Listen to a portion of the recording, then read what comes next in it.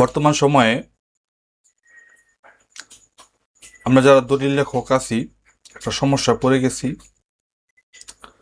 2026 এবং 2027 অর্থ বছরে উৎসকরটা এখন চালানোর মাধ্যমে সরকার নিচ্ছে। তো সে চালানের ভিতরে কিভাবে আমাদের যে উৎসকরটা যে টাকাটা কিভাবে আমরা পেমেন্ট করব, যে ফর্মটা তৈরি করতে হয় সেই ফর্মটা কিভাবে তৈরি করব, সে প্রচেষ্টা আমরা এখন দেখব। তার জন্য প্রথমে চলে যাব গুগল ক্রোমে। তার জন্য গুগল ক্রোমে গিয়ে লিখবো চালান। চালানে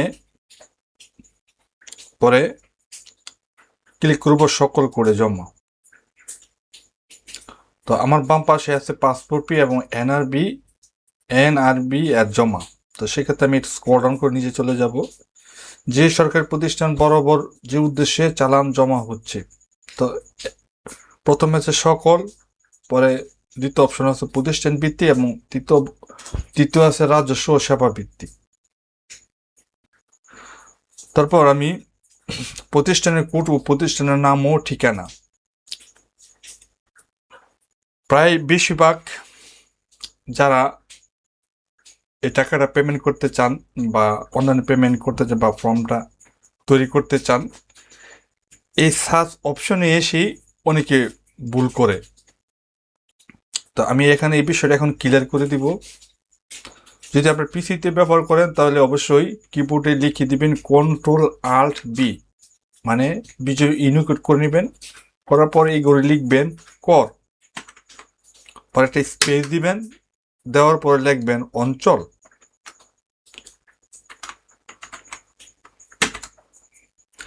পরে কমা দিয়ে পরে একটা স্পেস দিয়ে লিখবেন, যেহেতু আমি নরসিংদীতে জমা দিব নরসিংদী, চলে আসছে যে করঞ্চল নরসিংদী, ট্যাক্স জোন নরসিংদী।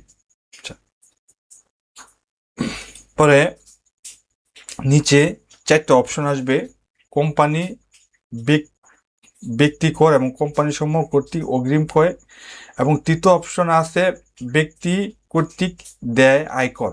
যেহেতু আমি ব্যক্তি হিসেবে কর দিব, সেক্ষেত্রে আমি ব্যক্তি কর্তৃক দেয় করে ক্লিক করে দিব। দেওয়ার পরে আমার উৎস করে মোট মূল্যের যা আসে, সেক্ষেত্রে আমি বোঝানোর স্বার্থে আমি লিখে দিচ্ছি 70, মানে 70/20। পরে এখানে একটি ক্লিক করে দিব। দেওয়ার পর একটা স্ক্রল ডাউন করে এখানে এসে, যেহেতু ব্যক্তি, বেসরকারি প্রতিষ্ঠান এবং সরকারি প্রতিষ্ঠান, তো আমি সরকারি প্রতিষ্ঠান যেহেতু টাকাটা জমা দিব, সেক্ষেত্রে এখানে ক্লিক করার পর আমি এই জায়গাটা ক্লিক করে আপনি যে সরকারি প্রতিষ্ঠানে টাকাটা জমা দিবেন সেই প্রতিষ্ঠানে একটা কোড থাকে। তো সেই কোডটা অবশ্যই যার প্রতিষ্ঠান যার প্রতিষ্ঠানে একটা কোড থাকে। যেহেতু আমি যেহেতু নরসিংদী জেলা সাব রেজিস্ট্রি অফিসে টাকাটা জমা দিব, সেক্ষেত্রে আমার কোড নাম্বারটা হচ্ছে 121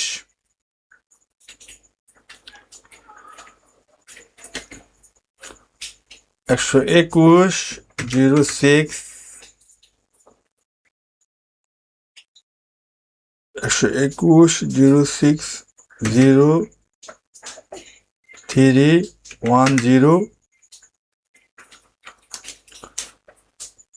105-655। দেখুন যে সাব রেজিস্ট্রার কার্যালয় নরসিংদী, সদর নরসিংদী, আমি এটাতে ক্লিক করে দিব। দেওয়ার পর আমি স্ক্রল ডাউন করে একটা নিচে চলে যাচ্ছি, যে যার মাধ্যমে প্রদত্ত হচ্ছে ব্যক্তি প্রতিষ্ঠান। তো জাতীয় পরিচয়পত্র, জন্ম নিবন্ধন নম্বর এবং TIN অন্যান্য। তো যেহেতু জাতীয় পরিচয়পত্রের মাধ্যমে যে সার্ভিসটি সাময়িকভাবে বন্ধ আছে, তো আমরা অন্যভাবে চেষ্টা করব।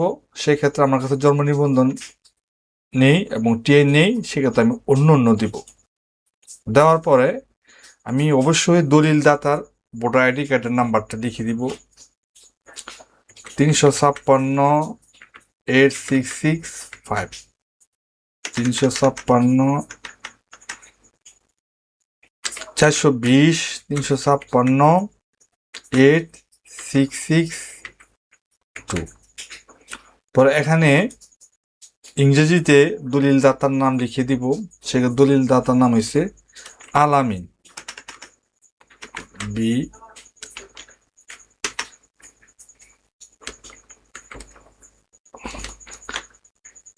আল, বড়তে লিখে দিব ALAMI, আলামিন, ALAMIN, আলামিন। তারপর এই অপশনে দলিল দাতার ফুল অ্যাড্রেসটা লিখে দিব, তার গ্রাম। তো কন্ট্রোল বি, গ্রাম,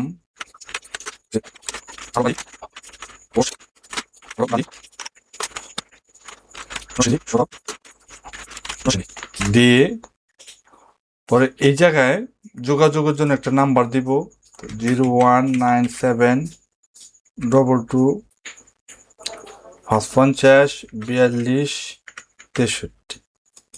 চাইলে আমি একটা ইমেল দিতে পারি। তো মোটামুটি কাজ শেষ। এখন অর্থ পরিশোধের বিবরণ, online banking, mobile banking, card payment এবং সেল। চাইলে আমি অনলাইনে পেমেন্ট করতে পারি, ক্যাশ, মোবাইলের মাধ্যমে, বিকাশ, নগদ, রকেট। এরপরে আমার কাছে যদি কার্ড থাকে ভিসা, মাস্টার, আমেরিকান এক্সপ্রেস এবং যেটা ডাচ বাংলা ব্যাংক। তো সেক্ষেত্রে আমি ব্যাংকে পেমেন্ট করবো সরাসরি গিয়ে। এই জায়গাটা ক্লিক করে দিব। ক্লিক করার পর আমি এই জায়গায় যদি আমার কোনো মন্তব্য থাকে, মন্তব্য ক্লিক কিছু লিখে দিব। দেওয়ার পর টোটালি আমি সংরক্ষণে ক্লিক করব। সংরক্ষণে এরকম একটা ইন্টারফেস আসার পর আমি হ্যাঁতে ক্লিক করব। দেখুন এরকম একটি অনলাইন ব্যাংকিং অর্থ জমা গণ স্লিপ আসবে। তো এই যে টোটালি এরকম একটি ফিল, একটা ফর্ম অফিসে জমা করবে, একটা ফর্ম আপনার দিয়ে দিবে যেটা দলিলের সাথে অ্যাড থাকবে। তো আশা করি এই ভিডিওটা দেখার পর কোনো সমস্যা থাকবে না। যদি কারো কোনো সমস্যা বুঝতে অসুবিধা হয় অবশ্যই আমাকে কমেন্ট বক্সে জানাবেন।